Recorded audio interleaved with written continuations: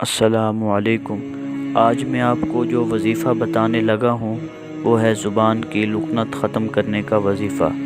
جس کی زبان میں لکنت ہو یا بولتے ہوئے اٹک جاتا ہو یا زبان میں کسی بھی قسم کا مسئلہ ہو تو اسے چاہیے کہ ایک چھوٹا سا پتھر لے لے اور صبح اٹھتے ہی یعنی نہار منہ اس پتھر کو زبان کے نیچے رکھے اور سورۃ طٰہٰ کی 25 نمبر آیات سے لے کر 28 نمبر آیت تک یعنی رب اشرح لی صدری ویسر لی امری واحلل عقدۃ من لسانی یفقہوا قولی، اس کو 11 مرتبہ پڑھ لینے کے بعد اس پتھر کو زبان کے نیچے سے نکال لیں اور پھر تھوک دیں۔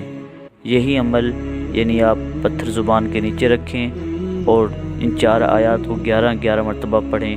آپ یہ عمل 21 دن کریں، انشاءاللہ اس 21 دن میں آپ کی زبان کی لکنت ختم ہو جائے گی۔